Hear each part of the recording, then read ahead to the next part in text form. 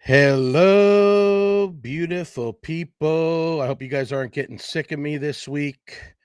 I told you that I had a lot coming at you. I'm just checking to make sure Facebook's working because I still keep getting these notifications that say Facebook is having issues with the live, with StreamYard, but it looks like we are okay. So, all right. So, Indulgent Week continues. And this is one that I am super pumped about. I've been super pumped about for a while. Let's get right to it. We got Chef Scott Hastings of Lulu Kitchen. What's up, bro? Top of the morning to you. Hell yeah. He's got his merch all ready to go. Delmonico in the background. Delmonico's back there. Delmonico's, yeah. This is my guy, Long Island, New York. Biggest Islander fan I know. Actually saw somebody, I put somebody onto you when I was at Publix the other day because he was wearing an Islander shirt. I was like, you guys ever been to Lulu Kitchen? So they're gonna come and check you out shortly. Nice, thank you. Yeah, for sure. Of course. So I've talked about this before, but just to bring everybody up to speed in case you are out of the loop on this, Scott and I connected. I like to say I'm a day zero Lulu Kitchen loyalist because you and I connected thanks to the Hilton Head Bluffton Chamber of Commerce during COVID. Before I moved here in the beginning of April 2021, they were doing these coffee chats via Zoom. And they would, we would all sign up for them and they would bring us in and break us up into smaller groups. And all I needed to hear was a new restaurant coming to the Fresh Market shops where formerly, was 843. And then I think Gusto right after that, right? Yep. And you were in the process of just on the verge of opening. And what immediately followed that was the bromance of the century. And not just with me and you becoming great friends. Obviously, I always say my parents, more specifically my mother, you can't shut her mouth about Lulu Kitchen. She raves about it. We love Mom. Yes. You guys, you always, and that's really. Let's give some props to Dad too while we're at. Oh yeah, for sure. Well, he's usually the one paying the bill, so we got to give credit where credit is due, right?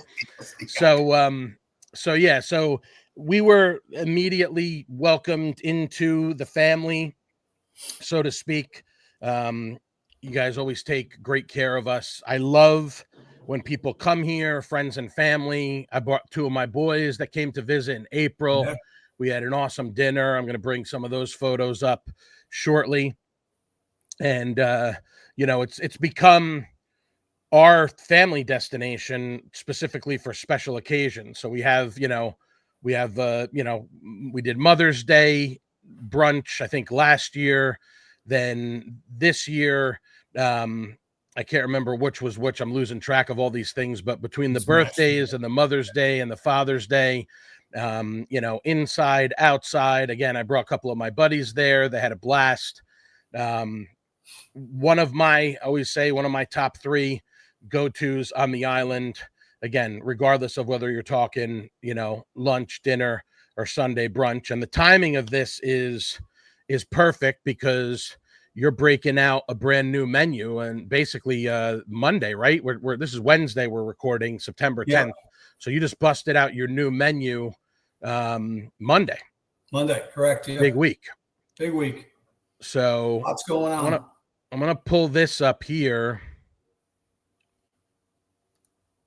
I don't know how well people are going to be able to see this, but a couple of the highlights that I've seen so far, and we're gonna roll the videotape in a second here. But before we went live, you and I were talking about this monkfish schnitzel with the braised collard, spatzel, brine cranberries, chicken butter sauce. Let's just get right to it. Look at this, beautiful. Yeah. And I said, what kind of madman makes a schnitzel with fish? How in the world do you come up with this stuff, bro? You know, somebody asked me that last night. They had it. They were out of their mind about it. You know, my culinary, once I came out of the military, my culinary career started at a place called Charlie's Inn in the city. Right. And it was a German restaurant, 100% German restaurant. And, you know, a lot of that stuff that we used to do, classical German cooking, like you think of German cuisine, you think very heavy, you know, but everything was done a la minute, with the exception of your sauerbraten and your pot roasts and things of that nature. But you know, all the schnitzels, all the, you know, everything was done a la minute, done to order. You know, my career started for the first 6 months of that restaurant of making spätzle, potato dumplings, and potato pancakes. You know, that was I was the potato guy, right? And so, yeah. You know, as you go through, you know, how these things come to me. I don't necessarily, you know, I can't tell you who it was, but another big thing that's transpiring for us. He asked me the same thing. I don't know specifically where that idea came from, other than experience, right? Other than traveling the world with my beautiful wife, hitting different restaurants like we were just talking about, you know. And doing plays on things, right? Doing plays on. We test kitchen new dishes. We're test kitchen new dishes now for the next menu, which is going to come out. I shouldn't even say this yet, but because this menu is still brand new, right? Slow down, bro. It's still in but we're test kitchens and dishes now. So we go about 2 months out when we start coming up with ideas and how we're going to put them together. You know, and are they going to work? You know, not everything works. The duck egg rolls, I developed those years ago up in Long Island. They were a huge hit. They're a huge hit now. You know, they're duck confit, bok choy, apples, some seasoning, some spices. The sauce is a mandarin hoisin. Mandarin hoisin, that's music to my ears. Oh my goodness, I love the sound of that. It's really a good dish. And you said it's been flying off already. Where you're 48 hours, you're not even 48 hours in, basically 2 days in to the new menu, and this thing's on fire already, right? Yeah, on fire, and you can tell, you can see it. You know, one of the things. So I got some blowback about it, but really? We changed. Not that. Okay. We changed all of our oils to tallow. Okay. 100% tallow, right? You might have seen that a couple months ago. Yes. The one thing we didn't think about, which we have some friends from Long Island that had personally texted me and said, "Hey, you didn't think about people with the I don't know what the name of it is, but the longhorn tick, people that can't eat beef anymore." Oh, so they got bit by that tick. There's an allergy now that they can't have beef, and I really didn't think about that because it's not predominant, right? But we try to keep.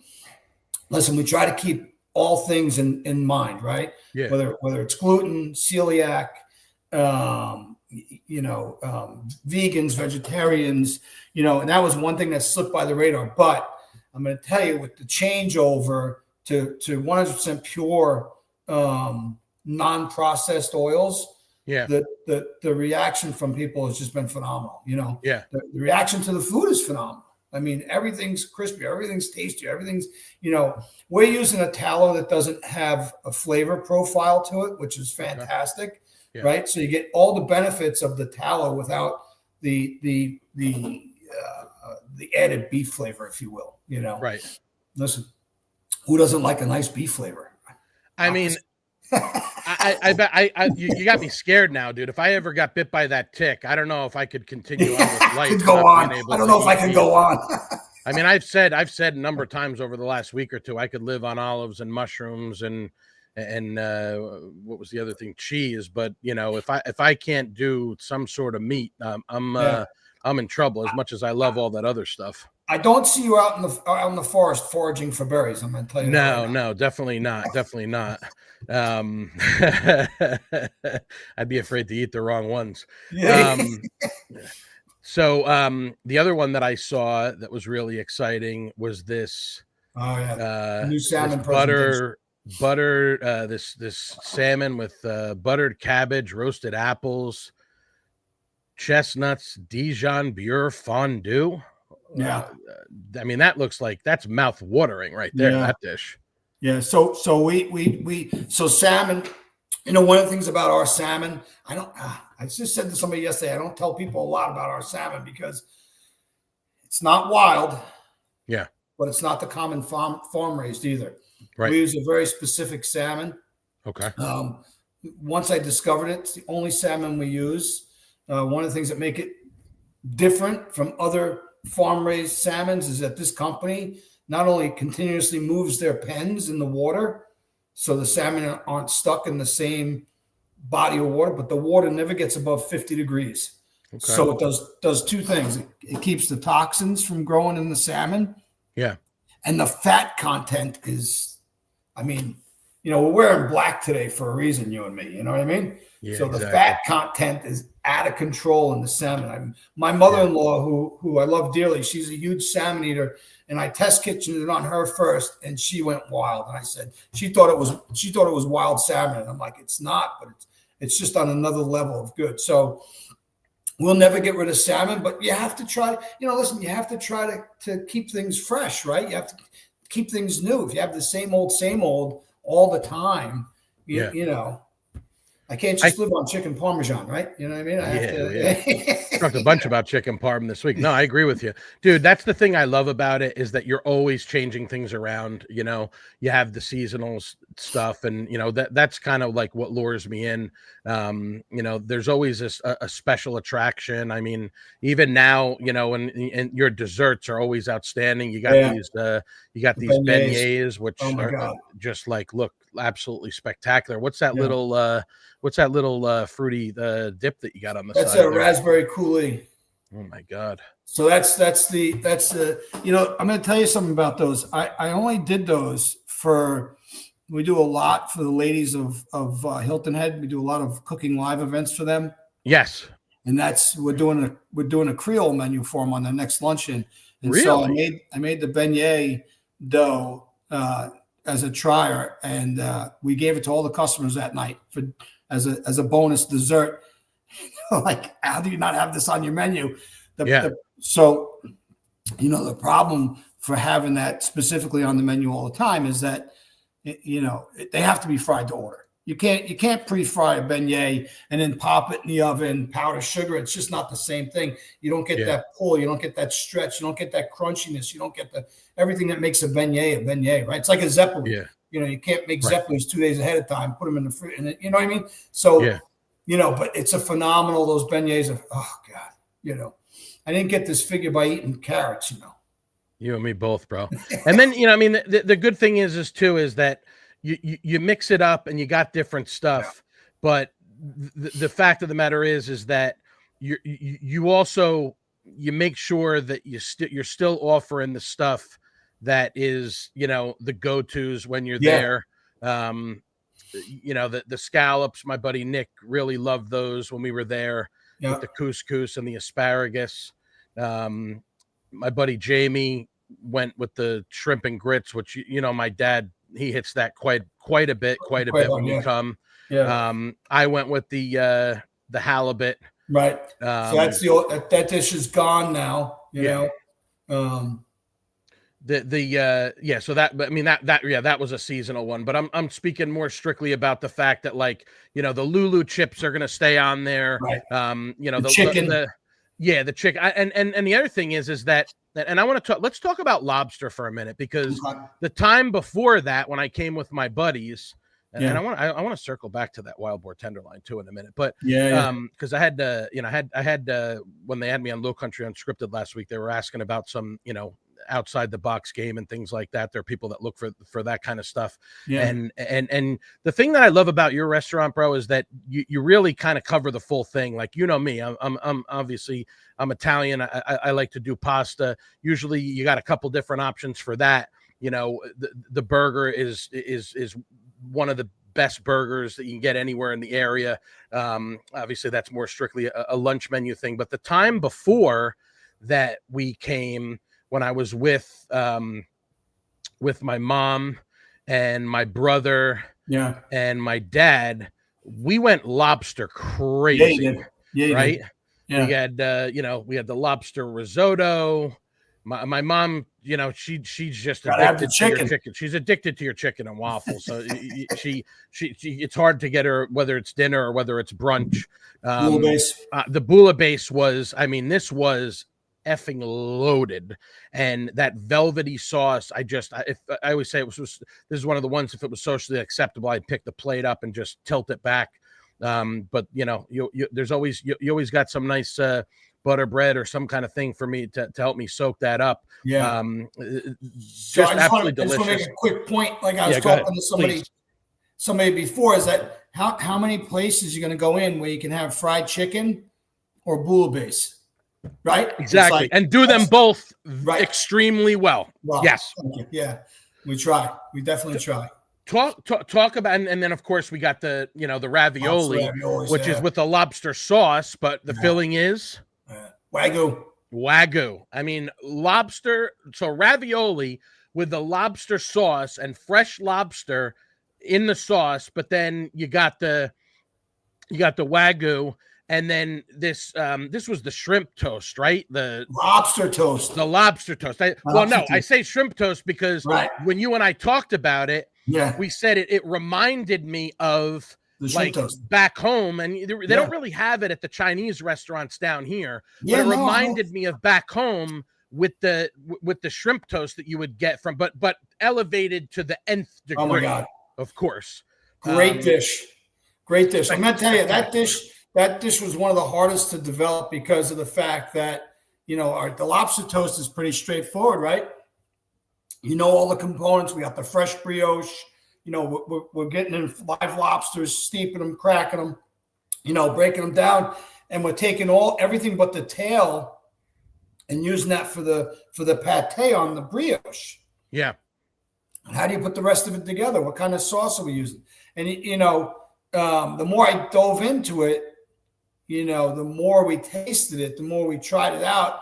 You know, it just seemed like a natural fit for the ginger, lemongrass, velouté to be the sauce, right? Using, of course, one of the things that we do at Lulu is when we get a product and we get an animal in, like a lobster, we will do our utmost to utilize every part of that animal that we can without wasting anything. Yeah. You know, we truly believe that product has sacrificed itself for our indulgence, and I'm going to do my utmost as a chef to make sure that sees the utmost respect on my plate, right? And so that's what we always keep in mind when we're doing new dishes. You know, whether it's the lobster or what you just quickly hit on, the wild boar. You know, the lobster mac is almost staple. It's a staple. That's a perfect word for it. We looped that in with the appetizers, and then we had the tortelloni. Right? Yeah. So we literally hit. I think there was maybe the only thing that we didn't have was the lobster salad in the app section that night. And of course, my dad always likes to go with burrata. But yeah, the thing about lobster is like people will come down here and they'll you know, obviously you come down to Hilton Head, you're wanting to get seafood, right? Yeah. And so some people might say, you know, why am I going to get lobster when I'm in Hilton Head? You know, but the reality is the staple. Right, exactly. But it doesn't get any better. Like these lobster dishes are going to rival. And you know me, I got my in-laws up in Portland, Maine. I typically get to go up there for a week or so in the fall, which is one of my favorite things. That's basically my annual vacation. I'm not sure if I'm going to be able to pull it off there this year because this cat is a terror and turns the oven on and all kinds of crazy shit that he does. So I got to see if I can teach you how to cook. I got to exactly. That's what I should do. I got to trick somebody into coming here to house sit, to cat sit with this maniac so that I can get up there. I know Jocelyn's going to go up next month for a couple of days and I'm going to hold it down here. But that's the thing. I mean, I've had lobster up in New Jersey where I came from. I've had lobster up in Maine. These lobster dishes are going to rival any lobster dish that you're going to get anywhere. I don't even care if you're talking about Northeast, East Coast, West Coast. if it's a good product and it's prepared the way that you prepare it, I don't care what anybody says, and that's the beauty of it, is that you can get a piece of fish, you can get any of these lobsters. I mean, that we were talking about that. Let me bring that up, because you had you mentioned Jennifer before. You had that picture yesterday from the Facebook page. Oh, it the says seafood Jennifer's salad. always happy when she sees the seafood salad coming. Yeah. Beautiful dish for a beautiful lady. I 100% agree. That's another one. That's one of my favorites. Yeah, can't go anywhere. No, So you got to keep something. That's the thing. You got to keep the hits, right, for the people that are coming, that have their favorite dish, like my mom with the chicken and waffles. You got to keep that stuff on, because people are coming there and they want the fried chicken. right. They want they're going to want the fillet. They're going to want the sea scallops and stuff like that. So you're rotating stuff. And I want to talk about this wild boar in a second, but you got to make sure that you're taking care of, because the dishes that you do really well, people are going to keep coming back for those, right? There's a great backstory behind that seafood salad, which I try. People ask me about all the time. And, Dino, Chef Dino, who some people might know now, he is and was the chef at Rayo's. Okay.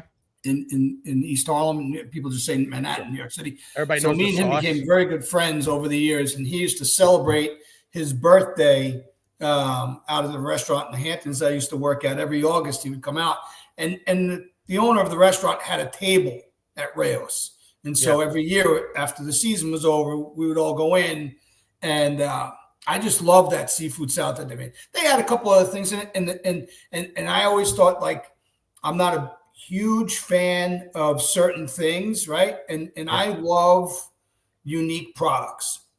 So that dressing in there is a yuzu dressing. A lot of people don't know what yuzu is. It's a Japanese citrus fruit, cross between a lime and a grapefruit, pretty much.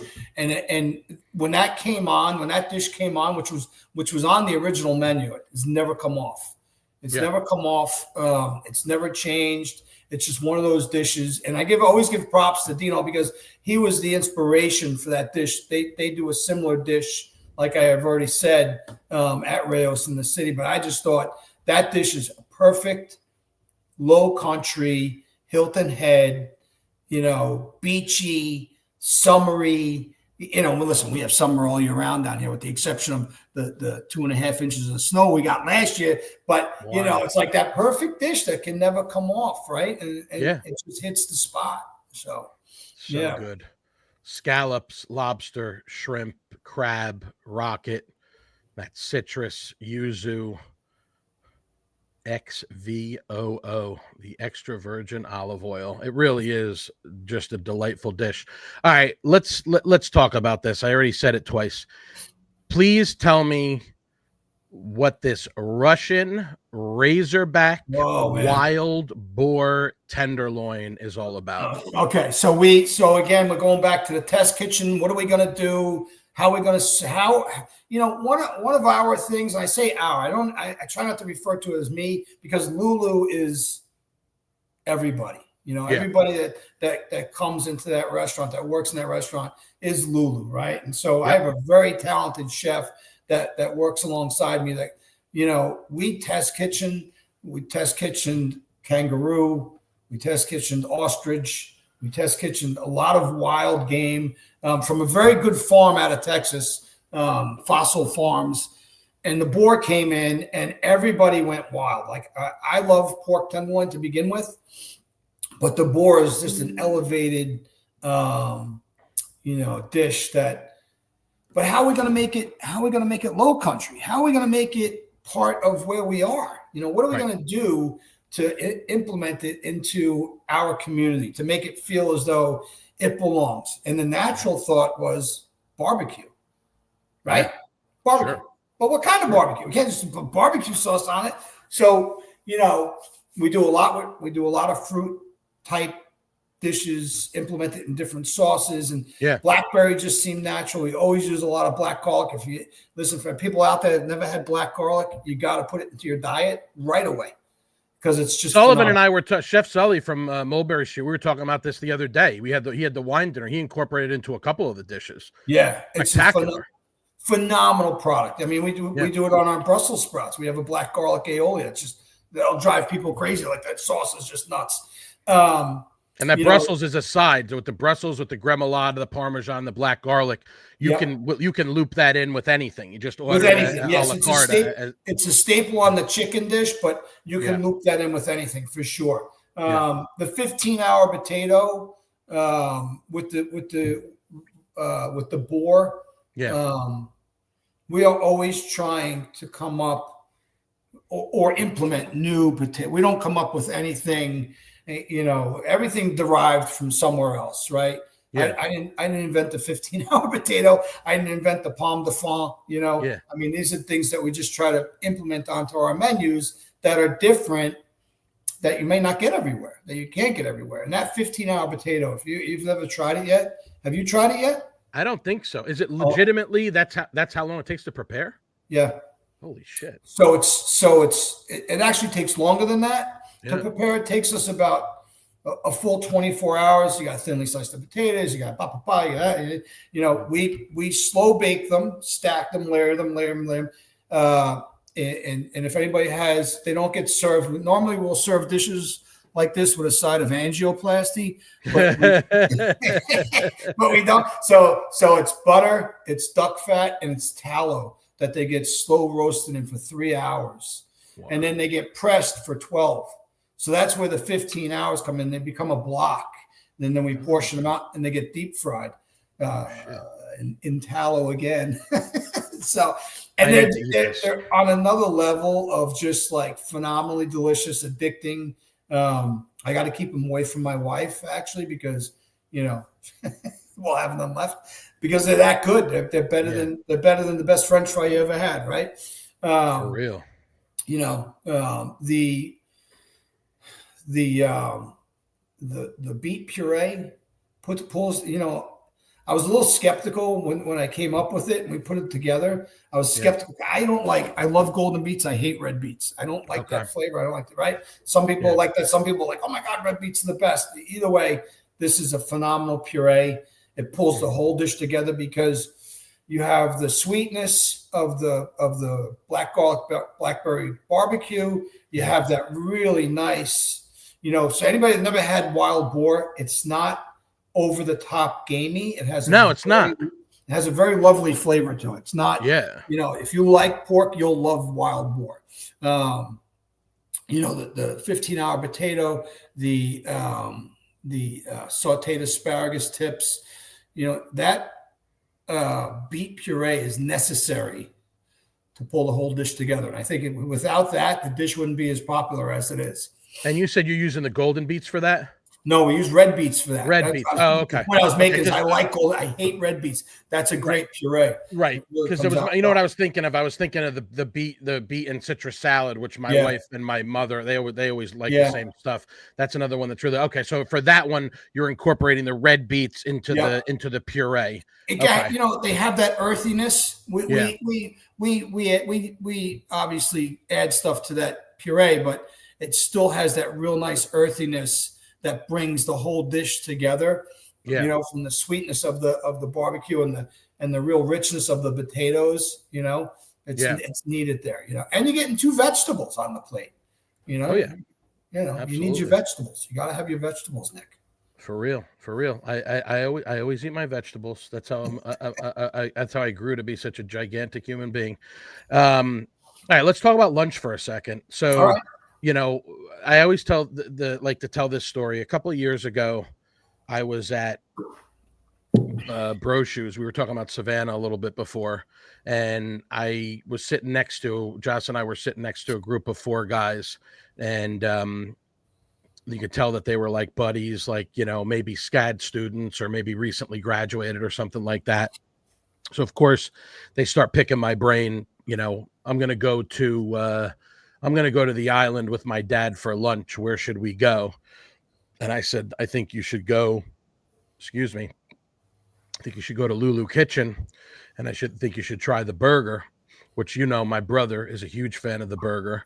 And sure enough, he went there, and, a week or two later or whatever, he messaged me on Instagram, and he said, thank you so much. He's like, my dad and I went to Lulu, and, lunch was awesome. Another thing is, obviously people know I'm a mortgage loan originator by trade. I got tongue twisted there. It's easy for you to say. Yeah, right. So it's easy for me to say, not so easy for me to do, but these rates are finally starting to come down, so hopefully that'll help. But so you got the burger, right? You got the chicken sandwich, you got the lobster roll, you got the ahi tuna BALT, where you incorporate the avocado, the fried flounder sandwich. I remember when Tim and I were there, earlier this year for lunch. I think I actually got a picture of that. The sandwich was basically swallowed by these gigantic pieces of fish, which was, he barely put a dent in it, and he had he had quite a bit to bring home. And then I went with with that ahi tuna BALT, which was incredible. Nice soft roll with that, seared, rare tuna. This is what it looked like before I started digging in. And of course, another staple, right? The Lulu chips. Yeah. Which are spectacular. Yeah. Another one of my favorites. So I invariably, specifically when, realtors are asking me, where they should go out, where they should take a client for lunch. Sometimes if I'm going to lunch with them, you can't go wrong with either of the po' boys either, whether you're going with the shrimp po' boy or the oyster po' boy. I've had the short rib grilled cheese with the caramelized Vidalia onions. Yeah. Let's see here. 1, 2, 3, 4, 5, 6, 7, 8, 9, 10, 11, 12, 13 options, and you could add chicken, shrimp, salmon, crab cake to any of these dishes. And for those of you who are cost conscious, the highest number, other than the lobster roll, which is lobster's always going to be a market price situation, the highest ticket on any of these things is going to be $21, which is the steak sandwich or the Wagyu burger, which of course is topped with the onion ring, cheddar cheese, bacon, pickle, Parmesan chips. I'm not saying this because you're sitting here talking to me, man. That's, as far as I'm concerned, that's the best value that you're going to get, anywhere on the island for the quality of food that you're going to get at Lulu Kitchen. It's not going to get any better than that when you're topping out at $21. Lunch is as strong of a service for you. I don't want to say as dinner, but it's pretty close, right? I mean, you guys are firing on all cylinders for lunch. Yeah, we didn't always do lunch either. We started lunch in the beginning, and then we had a day where we didn't do anything lunch, right? And I closed it, and I let it marinate. I let it go for like 2 months. Right.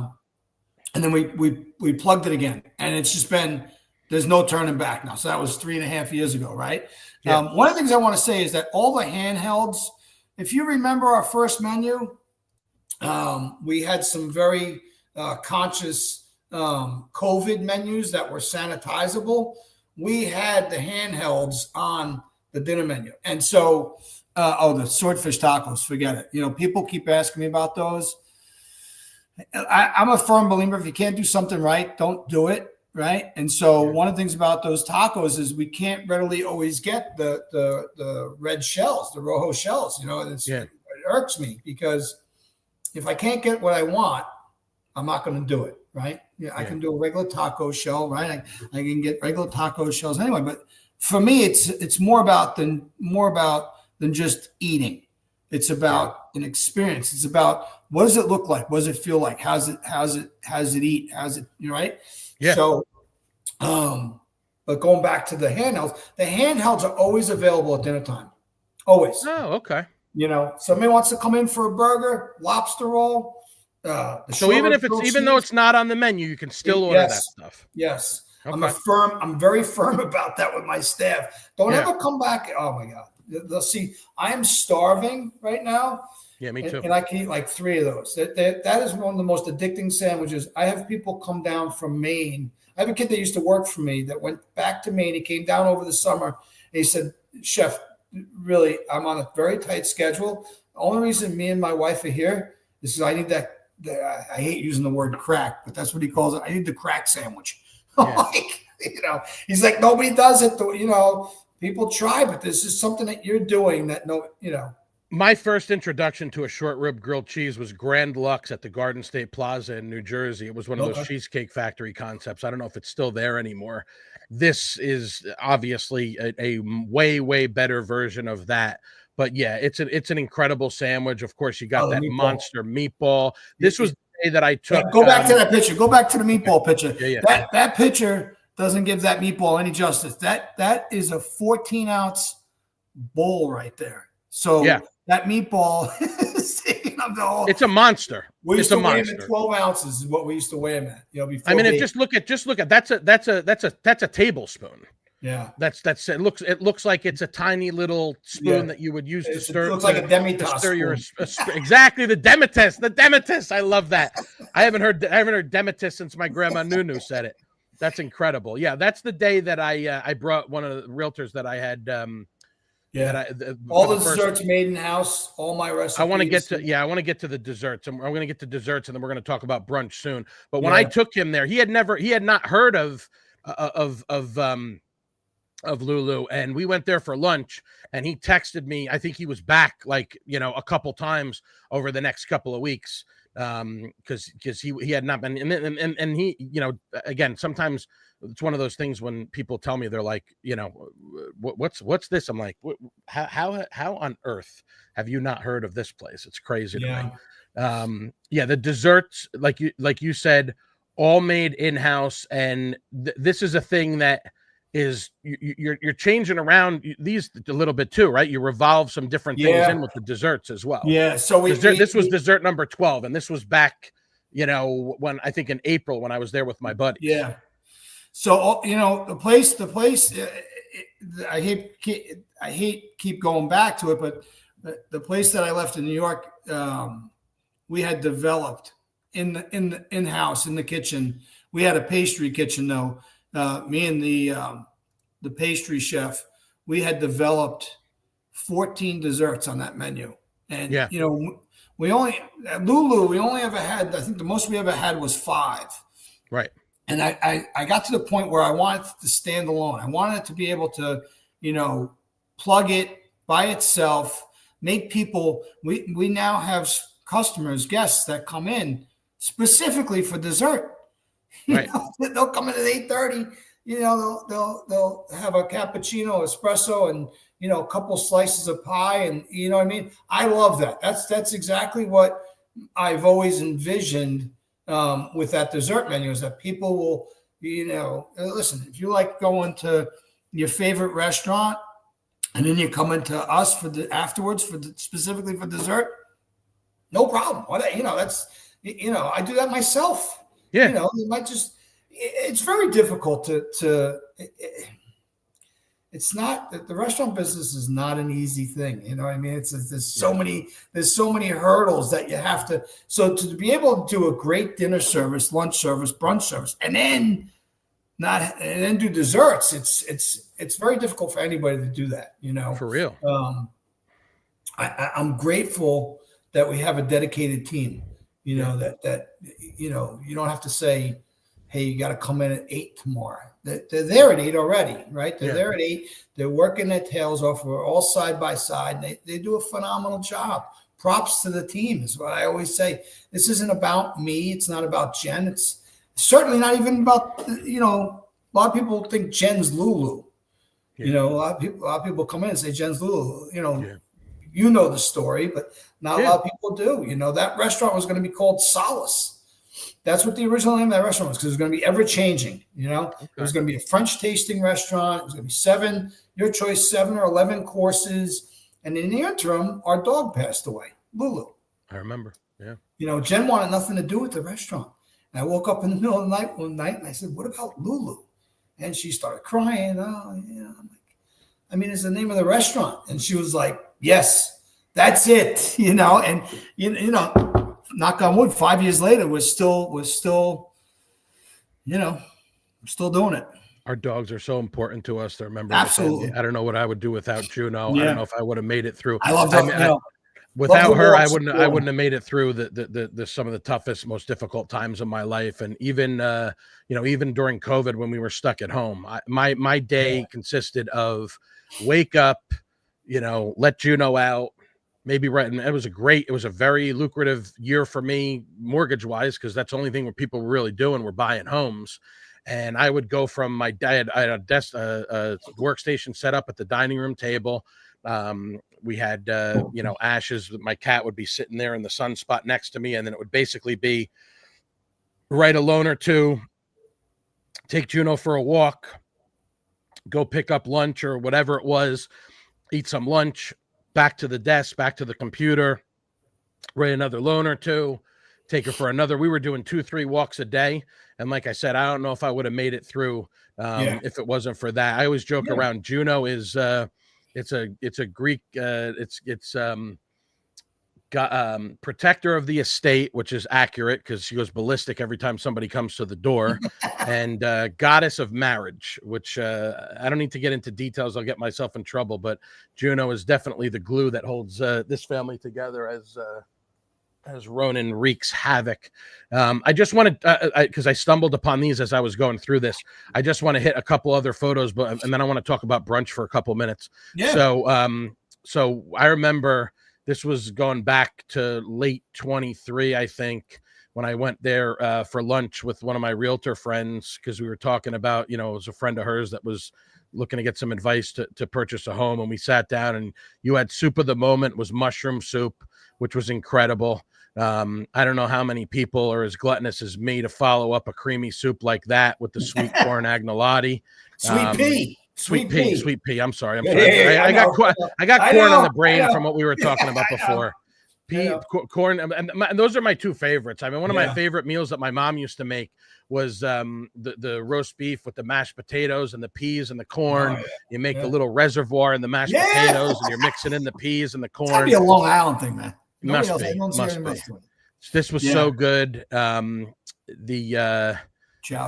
I think she might have had a smaller version of the soup, and then of course you got the lobster. Oh no, this might have been a different. This was when I was with a couple other guys in the mortgage business, so I don't remember what do you think was this? You remember what this soup of the moment was? I don't think this was chowder. That was probably the chowder. Yes, that's right, the chowder. I did the soup tour this year. I'm going to bring it back when things start to cool off a little bit, because there's a great way for me to showcase everybody's soups. You got the lobster roll, of course. There's that glorious burger with those chips with the Parmesan. So I just wanted to hit on those real quick. And then of course, you got the beautiful octopus. Yeah. And then, there's that lobster salad. We change the octopus dish quite often as well. Some people, if you remember a couple, 2 menus ago, we were featuring that octopus with chickatana aioli. Is that it? No, I don't think so. Oh, this was another iteration. This was from April, I think, when I was there with the guys. So we we're already got with three different presentations of octopus. Appetizers. And you don't even have the one that I'm going to discuss with you. So we go crazy sometimes. I have a friend in Mexico City. He's a Michelin star chef, and I was emailing with him one day, and he said, "Have you ever tried chickatanas?" And I had no idea what he was talking about, but I indulged myself.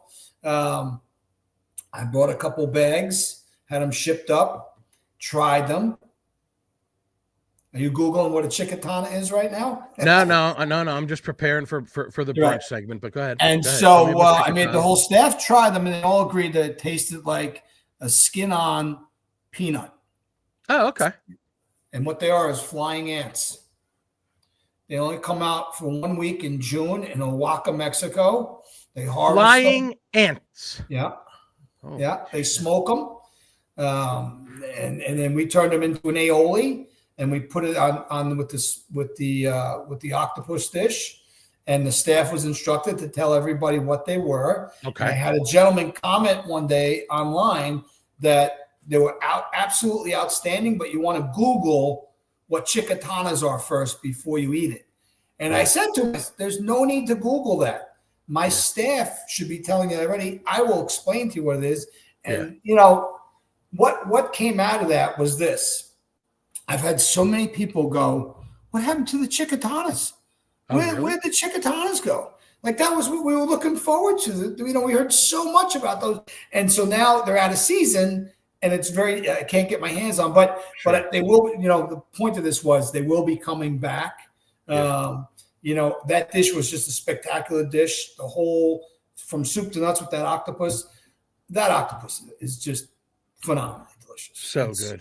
It's one of my favorite things for specifically for like an appetizer type thing. And I'm glad that you mentioned that, because I mean, listen, you and I are friends, we become very close, your family and my family. So you're always coming out to chat it up with us. I know sometimes you got to tell me to keep my voice down, because I'll start getting so animated. I'll be screaming. People will be turning around like, what the, I'm dropping F-bombs, and people are like, what the hell's going on over here? Like, keep it down. But yeah, the thing that's cool about your place is that not just your staff, but you'll pop out of the kitchen yourself, and you'll come over and you'll talk to, and not just about the food, but that part of it I love, is where you'll draw attention to certain things, and you're available to answer questions, and nothing is more of a, like, when you talk about dining as an experience, nothing is more fun for me than dining and enjoying great food, but also learning, I like to if I can learn a couple of things at every meal that I sit down at, me, I never let them take the menu away from me, because, I order, and even as I'm still eating, I'm studying, I'm like, usually preparing for my next visit and whatever, but it's an experience in that, not just the dining and the atmosphere and the spectacular service of your team, which, by the way, you mentioned that, you guys like to travel. That's a super important thing, is that know that you can travel and you can be gone for a week or two, whether you're going up north to see a hockey game or whether you're going on the other side of the world. That your place is in good hands when you and Jen are gone. Absolutely. Right. And they're going to treat the people the same way that they're treated when you guys are there. It's not like you got to be minding the store constantly. Right. And it also gives us the opportunity to indulge in different things, we see lots of stuff. Listen, I'm online as much half the time during the day as I am cooking, right? And I'll find new places that I want to check out, new places I want to go. And there's nothing more satisfying to me than when we go to a place and the chef comes out, to see us, right? For whatever reason, and it's like, I always want to be that. I always want to emulate what these quality, top tier household name chefs are doing, because they're there for a reason. I want the guests to understand, my guests to understand, that I'm just a small part of this bigger thing. Right. I'm just a cog in the wheel, if you will. Right. Yeah, it takes a full team effort, and you definitely feel it every time you're there. Let's just talk about, we're getting up against it in about 10 minutes here. So let's talk about brunch real quick. Yeah. We did Mother's Day. Yeah. I think the Mother's Day brunch was last year, and then we did the dinner was for one of the special occasions that escapes my memory at the moment. But the brunch menu is going to be changing too. But of course, usually with the brunch, you're starting off with this incredible butter bread, which is just pull apart, flaky, buttery, delicious. You got this little assortment of pastries with the muffins and the croissant and all of this this tasty little stuff. I want an equal amount of blueberries in each muffin, by the way. Right, exactly. That's do you know how long that's going to take? I don't care. I want the exact same amount of I don't know why I took such a zoomed in shot of this, but maybe that was a mistake there. But we had the crab cake. Yeah. This was probably this was the lobster bisque with the lobster tortellonis, lobster and lattes. I wasn't expecting that to be on the brunch menu. Yeah. And I was Truffle like, Gorgère I on the just, side. Yeah. oh my God. What was it? A truffle what? Gorgère. Gorgère. Oh my So that's goodness. one of our new, just so you know, I make a bigger version of that. And now on the new menu for the appetizer, we're stuffing that with a Cabernet braised short rib, a truffled creme fraiche, and fresh chives. And it is So this is on the new, just the Gorgère, just oh, the the Gorgère. Got it. so it's a Gorgère. Gorgère Yeah, is please tell us. pâté choux, which you Okay. would better know as like for an egg clair or a cream puff. The dough, we just make it savory, and then we'll make it bigger to where we can pop the top off and stuff it with Cabernet braised short rib and truffled creme fraiche and chives and put the top back and that's on which menu? That's on our new menu. That's on our new dinner menu. Oh, it's on the dinner. Oh, okay. As an appetizer. Yeah. Dude, I got now I got 3 things that I'm absolutely are necessities. Back to brunch. So I test kitchen blueberry pancakes, the stuffed French toast. Yeah. And then they had to go on the menu. Everybody wanted them. They were just flying out the door. We also do a special with the butter bread, and we turn it into we make a homemade caramel, some roasted pecans, and we turn it into a butter bread French toast with house caramel and pecans. Oh, the chicken and waffles is a tremendous, it's on another level. I developed that recipe. I don't know where I got the idea from, but to bake the bacon and the white cheddar cheese into the waffle. Yes, so that's what people don't realize. When you order this, it says a white cheddar cheese, and if it comes out and they're like, wait a minute, where's the cheese? It's because it's literally in the breading of the fried chicken, which is no, it's in the waffle. Yeah. And the bacon, you can actually see the bacon in this photo. You can actually see the bacon bits throughout the waffle. It's just a nutty. I don't know. I love fattening food, I guess. I don't know. I came up and I thought that's a great, we serve it with a Jack Daniel's maple syrup. You can have regular maple syrup if you want, but it's just a great combination of flavors. I mean, of course, we had the stuffed fish. Oh, this must be Mother's Day. This must be a Mother's Day. It was. This was Mother's Day brunch. Yeah, that was the I got it right here. So there was the Oscar Benedict, there was the mascarpone stuffed French toast with the macerated strawberries, the blueberry pancakes that we talked about, the lobster roll, short rib hash, filet and eggs, white cheddar and bacon waffle with the crispy fried chicken and the bourbon maple syrup, and this was the crab stuffed filet of sole. Yeah. So we're ahead of ourselves a little bit because you and I have a couple things coming up pretty quick. Yes, I wanted to get to that. Yes, absolutely.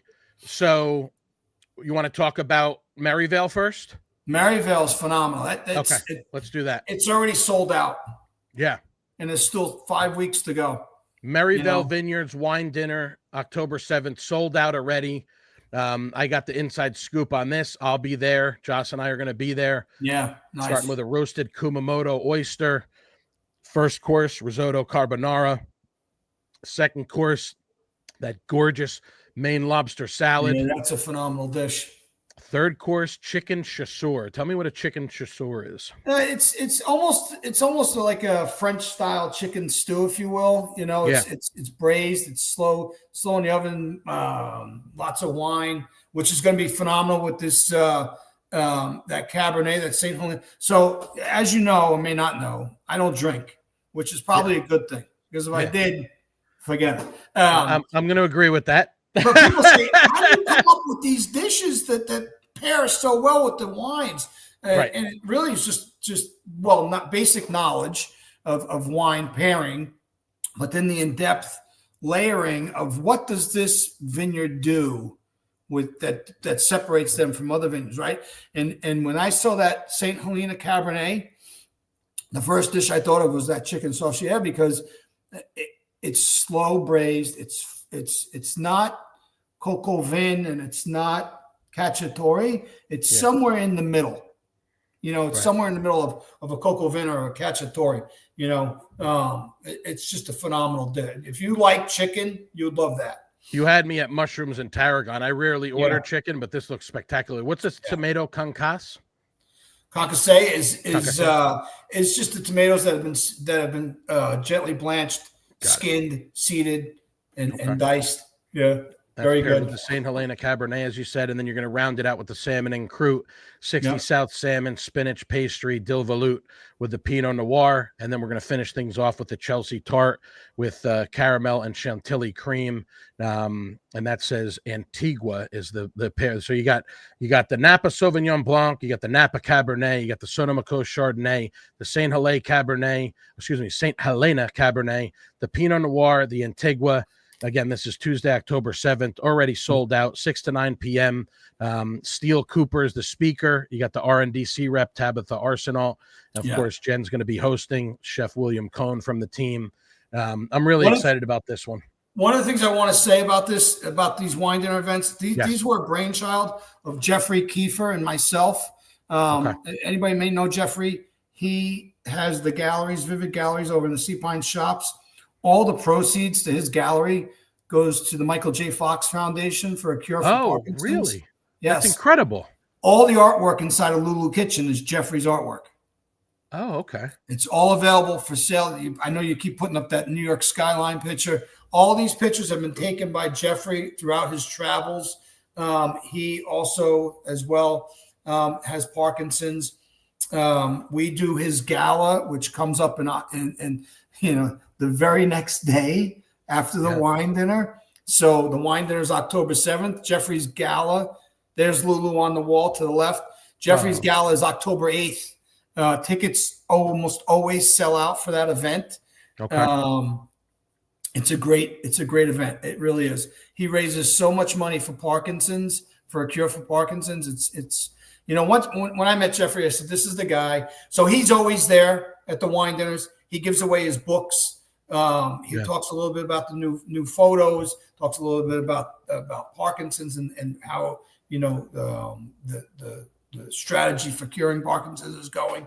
And we are going to unveil this wine dinner, a new musical. We almost always have live music of some sort. We used to have Sarah Burns, beautiful songstress. She, thank the Lord, has been getting busier and busier and busier and busier. And, I get it. Sarah's great. Yeah. Oh, she's phenomenal. She's got a great voice.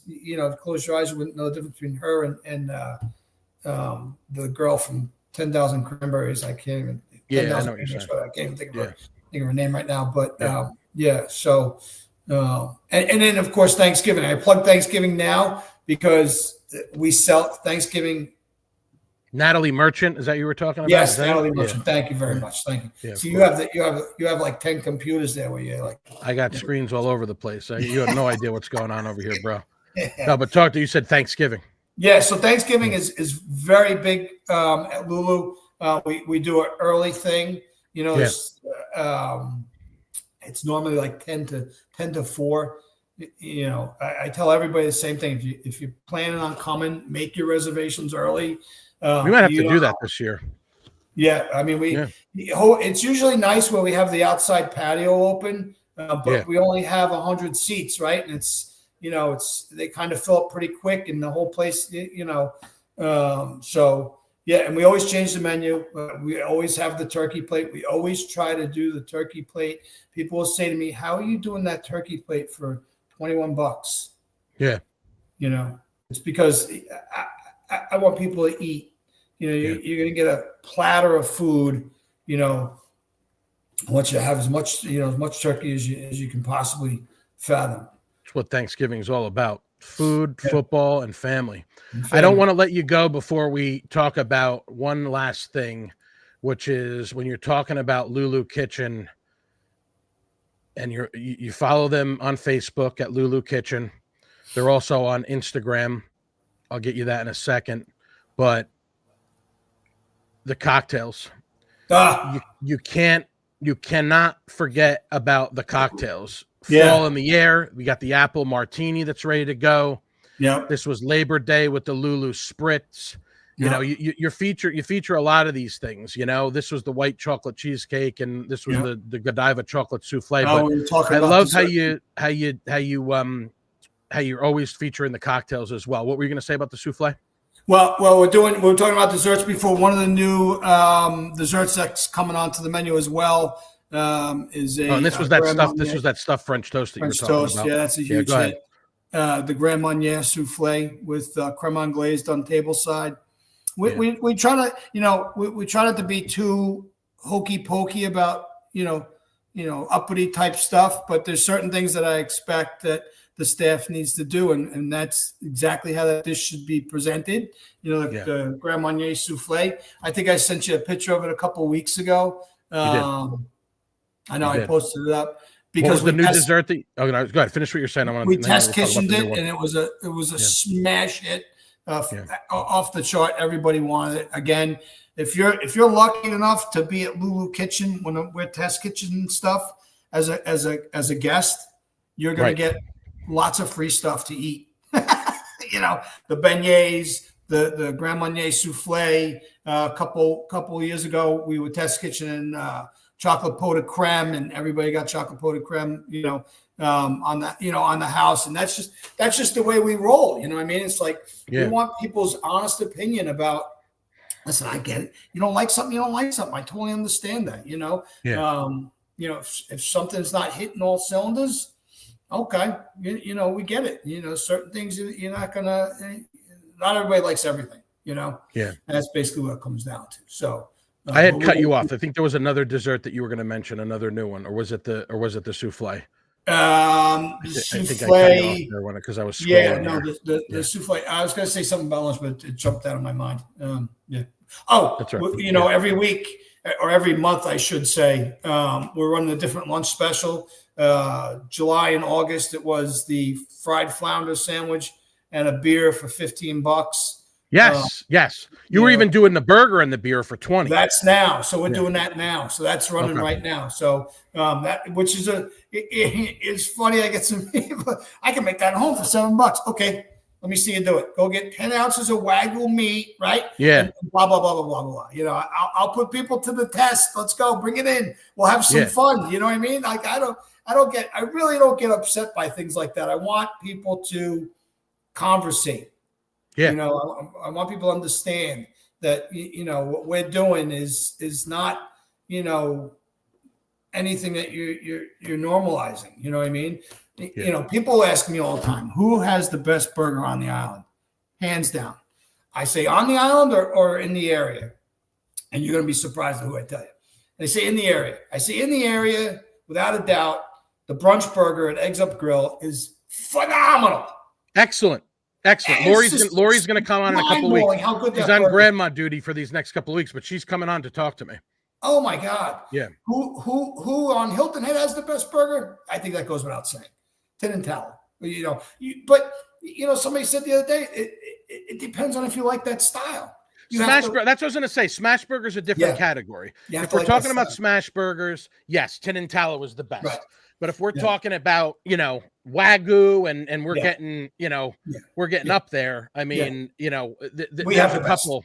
Yes. Yeah. It's definitely, it's up there. I mean, there might be a 1 and 1A situation. I got 2 or 3 that I like, but it's definitely firmly entrenched up there. Like I said, the kid said, where do I go with my dad to get a burger? And that's where I said, you got to take him to Lulu Kitchen, and that was a winner. So all right, we ran over an hour. I told you this was going to happen. I got a guy that commented here, Adam Perel, enjoyed the new monkfish spatzel last night.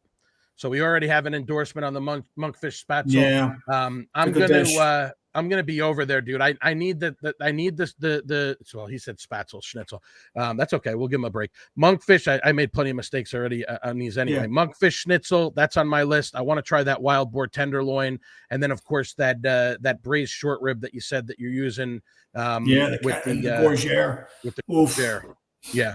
That's on the short list. All right. So before I let you go, we talked about the wine dinner, which of course is sold out. Is there anything else? I know that so you hinted something that you said you couldn't talk about. We'll talk about that offline, and we'll let that we'll let that out when the time is appropriate. Yeah. Is there anything else that you can talk about or want to talk about other than we covered the wine dinner, we covered Thanksgiving? Make sure you get your reservations ahead of time.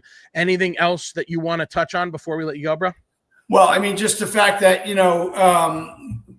do our renovations every year, whatever we're going to change. Last year we made the mistake of closing, so that was a November project. The new bar was a November project. We will not be closing in November this year. It'll be the first 2 weeks. The first 2 weeks of December, we open back up to the white truffle wine dinner, the Italian wine dinner, which we always overbook. My wife always wants to kill me. We normally will squeeze in 60 guests into that. That's the new back patio area, which came out phenomenal. We use it for private events. It's a really cute. It can hold about 30 guests. I always have a lot of different ideas for that area. I want to make it eventually into like just a kickback, relax, have some cocktails, have some appetizers, wait for your table type area. But it kind of evolved into itself. It really did. We're always trying to improve Lulu. That's the bottom line.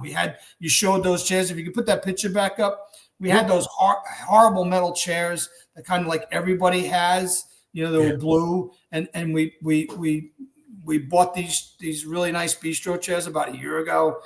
Got so many compliments on. Thank God you guys got these chairs. They're very. The other chairs are very uncomfortable, and so we're trying to always improve the space. It's been there a long time. The space has been there a long time. That building's been.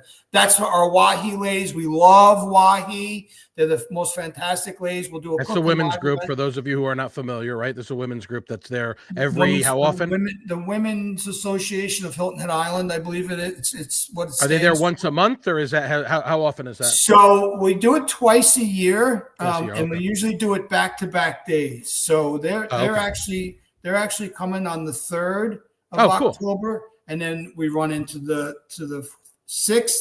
And then the 7th is the wine dinner. The 8th is Jeffrey's event. We're going to be at the Italian festival this year. Oh, really? You're going to be at so my dad does the Italian American Club, and he's usually at the Zeppeli thing. So what are you going to be doing at the Italian Heritage Festival? We're doing our pistachio tiramisu, and we're doing a hazelnut panna cotta. Oh wow. Yeah. So they were saying they always have a problem getting dessert people and saying, we'll do whatever, I don't care, we'll do whatever you want. It's all right. We're also doing the mac and cheese cook-off with Lincoln and South. Lincoln and South. Yeah. We'll be there. Really? Is it going to be the lobster mac? Is that what you're doing? It's going to be the lobster mac. Okay. You're coming back. Lobster. Oh, lobster. Why'd you get me started now? You got me started. Dude, if you're doing a mac cook-off, they got their work cut out for them going against that lobster mac and cheese. I gotta be honest with you. A lot of times, you go to places and they have lobster mac and cheese. It's not that. It's disappointment. Yeah. But not at Lulu Kitchen, man. As you can see on that picture, it just popped up. We do lots of little events on that. We'll do rehearsal dinners. We'll do baby showers. We'll do birthday parties. That space is people go, as you can see, it's covered. So I want to say when we close in December, I have somebody that did my house. They're going to come and do that whole thing. We're going to redo the whole outside. It's going to have the Carolina blue. We're doing the ceilings Carolina blue. It's going to be super sharp. If I haven't been excited about doing a project in that space, as much as I am for this project outside, because it's going to look super nice when it's done. I mean, it already looks nice, but it's going to be over the top, gorgeous. And I'm so excited about it. Absolutely, man. I'm pumped. Yeah. Again, Lulu Kitchen, you're going to find is anchoring the left side of the Fresh Market shops, right adjacent to. Is that Legendary Golf, or what's the one, the little mini? Yeah, Legendary. I just want to say one other thing about. So this plaza has been sold. I guess almost a year now. Almost lost it. You cut out there for a second. Audio. The plaza sold. It's been about a year now. They sold. New company took them over. Bricksmore, phenomenal company. They've already redid the roof. They've already painted. Next week, for anybody that wants to know, they're redoing the parking lot. Oh, God. They're going to get rid of all these compact, micro parking spaces. Yes, all those are going. I always park around the side. I always park where you guys park over around the side. But I don't know who designed that with those crazy. It's almost like 80% of the spots are for compact cars. I think it was still horse and buggy back then when they first built that. For real. Those things are crazy. Well, yeah, dude. Yeah, listen. Go ahead. They're going to know. So that whole parking lot's getting redone, which we're super excited about. That's been the biggest issue that we've had. That's one of the bigger, that's one of the bigger challenges and I'm not going to name names. I'm not going to get into specifics, but one of the bigger challenges is if you have a restaurant, you have to make sure that, sometimes you have no control over it. Is what it is. You're going to get where you can get, and commercial space is not easy to come by. But if you have a good landlord, then it's going to take good care of not just the property itself and the roof and all this other kind of stuff, but the parking lot, all of that kind of stuff is incorporated into, when you're going to these restaurants. You don't want your patrons to be inconvenienced when, by stuff like that. So that's a big part of it. Yeah, for sure. All right, man, we're at an hour and 10 minutes. I told you we were going to do it, but that's why I want to tell people. So we see you again. Stay well and be sure to eat well. Yes, for sure. Lulu Kitchen, Facebook, Lulu Kitchen, Hilton Head. Instagram, Lulu Kitchen _HHI. And then, of course, the website, Lulu Kitchen HHI.com. Lunch, dinner, Sunday brunch. And we got a lot of great events coming up this fall. Yes, the wine dinner sold out next month, but there's plenty of stuff after that's coming up. Dude, thank you so much for taking the time. Thank you. What I want to do with you is, because we talked before we got on here, what I'd like to do with you is have you come back, in a couple weeks, months, whatever it is. And I think we should do you and me talking about food, because we were talking about some spots and things like that that we like in Savannah. I think we should regroup, in a few weeks and talk about where we like to go, because you and I talk about that kind of stuff. And I think that would be a good way for people, because it's interesting to hear where chefs like to eat and what you guys like to do. And especially for people that travel as often as you do, there is a lot of really good food around here. So, and people say that, no, they don't have this or they don't have that. Usually they don't know. They're looking in the wrong places. Right. Exactly. I agree. Yeah, I'm in. Absolutely. Yeah. Awesome.